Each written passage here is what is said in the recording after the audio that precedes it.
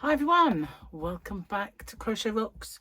Tracy here, and I've got a bit of a headache today, right kind of here, and it's a bit much, to be honest. So if I'm not my usual self, then that is why. I think it's the extreme sunshine. It's really warm today, it's really sunny, and I think the ultra brightness has kind of made me have a headache. That and trying to do a tutorial and getting it wrong and having to like abandon it because I ran out of time. That didn't help. But I drove to the post office, so it's pretty warm out there and pretty hot and sunny. Very nice, and it will be, well, going a bit rubbish after today apparently. But this is the hottest day of the year so far. They reckon it would be, what did they say, 26? So it is quite warm. I don't know what that is in Fahrenheit anymore.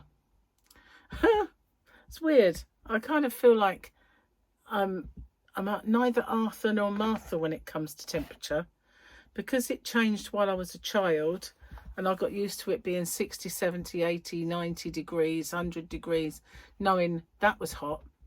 I now know that if it's like late 30s, 40, it's like scorching. Other than that, I don't know. I can't figure it. It's like weird. But somebody messaged me and said that they were freezing because it was 70 something. I thought 70 something would be warm for me. I remember 70 something wasn't cold. 60s and up is getting on for spring and pleasant, and then warm and then hot. So you must live somewhere very hot then, normally, for that to be cold, really. Anyway, enough of my shortcomings, not knowing. Well, it's not my fault, really. They changed it while I was a child, and I never really got to grips with modern temperature, because for the longest time when they gave the weather, they still said it will be so many degrees Fahrenheit, and then they decided to change. It was just too late for me. Just too late for me to say, what? 20 what? What does that mean? Cheers, I've got a nice big cup of tea. Nom, nom, nom, nom. Need that. I really do. So, day one of doing my eyes. And I must admit, they feel a lot better. This one had started to get watery and red. It still looks a bit red, I know. They do seem red, but it was like nothing was coming out. It's just that this area here on the top of the eyelid in the corner was always sore and red, and it was a little bit sore, watery and annoying. But there was, obviously it was nothing like this. So this morning I did my wipes, and then I did my drops, and then I did my pack up, and I went and laid on the bed with that on and made sure it was 10 minutes. Since then I've not done any more, but I really should do the wipes and the drops again, and then later on tonight do the eye mask again. I suppose the more often I do it, the more beneficial it'll be for me, so I might do it twice, but we'll see. But I have started, and I shall carry on and get that done. You know, I need to get rid of it, really. But I have to say, straight off, they feel normal. They're not watering, they don't feel itchy, they feel good. My eyes feel much better for just I mean, I know I'd put the drops in yesterday and the wipes, but I didn't do the mask yesterday because I hadn't really had it long. But I did that today. It was all right this morning. It was kind of nice just to sort of lay there with this mask on and chill for 10 minutes. I will definitely be doing it. Get rid of these. Whatever that is. It's not really budging. It doesn't look smaller. It did this morning, but it always does in the morning. It's weird. Really weird. Anyway, Gary's wood was delivered today. Luckily, I'd got home in time. Otherwise, it would have just been outside anyway. But I just sat down to do a tutorial when he arrived, which is probably one of the reasons I messed up, because I kind of did other things, and then once he'd gone, get stuck in, but I didn't work. So I've got some of it recorded, and if I can, see, Gary's at work, so he'll be going to bed quite early tonight, so if I can, I'll get the rest of it done. I'm going to try and utilize some time of an evening, because you know, a little while ago I was doing quite a few tutorials in the evening. It is odd with the light, but try and work it out. So yeah, I've got a bit of a, I wondered if it's because, you know, this morning, I think it's too early for it to be it, but I did wonder if it was because I'd started my diet again, so cut out all carbs. But it's too early for my body to know that, really.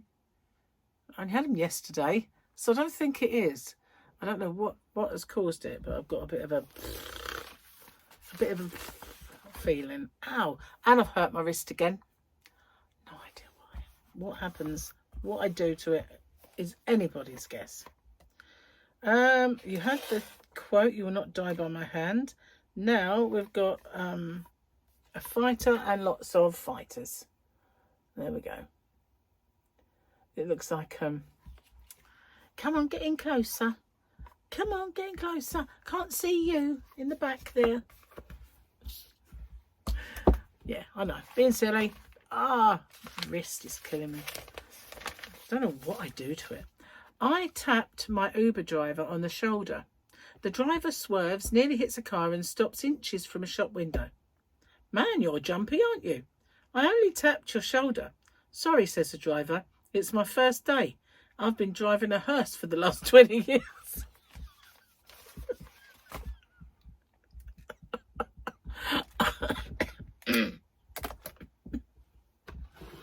I wondered what on earth could be the punchline. That's funny. I like that one. Oh, yeah. Excuse me. That's funny.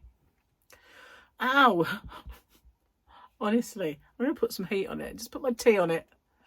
I don't know what I did. And I think it, you know, I don't think it was that I put my weight on it this time and lent on it. I think it was just something stupid, like doing some washing up, that caused it. I know it wasn't anything in particular. I've been trying to break my shoes in.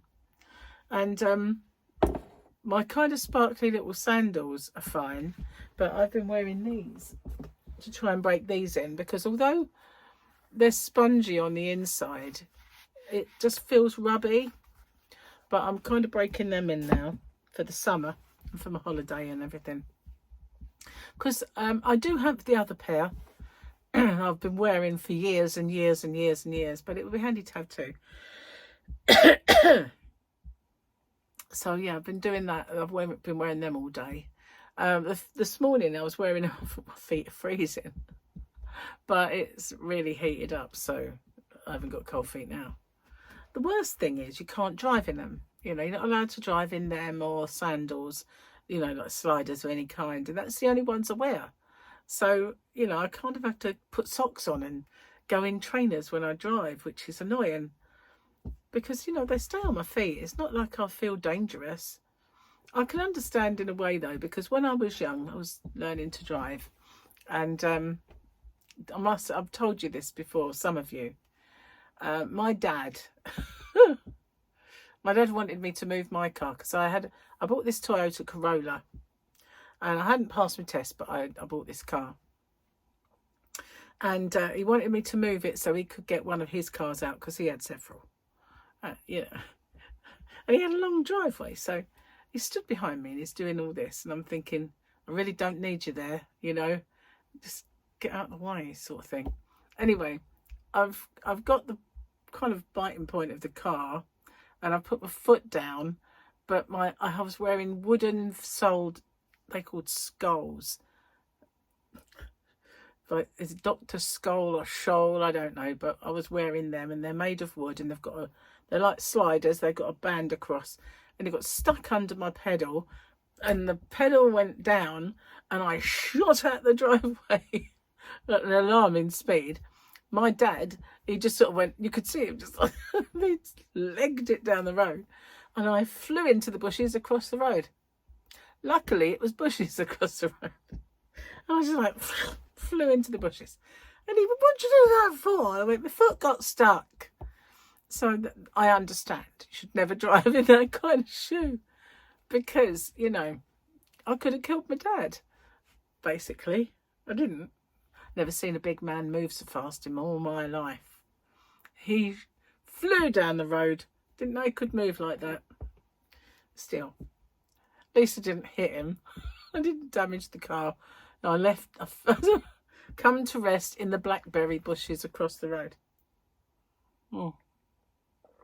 But he was giving it all this. He didn't for long. Poor dad. Oh. So yeah, my hair's getting really mega long. Do something with it soon. I know I'm going to have a bit cut off. You know, it's getting to the stage where I think it needs a bit of a trim up. But and I need a colour, because, you know, I've got different colour hair apparently. Lots of different colours in it now. We'll see if we can even it up a little bit. I'll probably still put a couple of colours in it, because otherwise it's too blocky. And then when your roots come through, it's a band.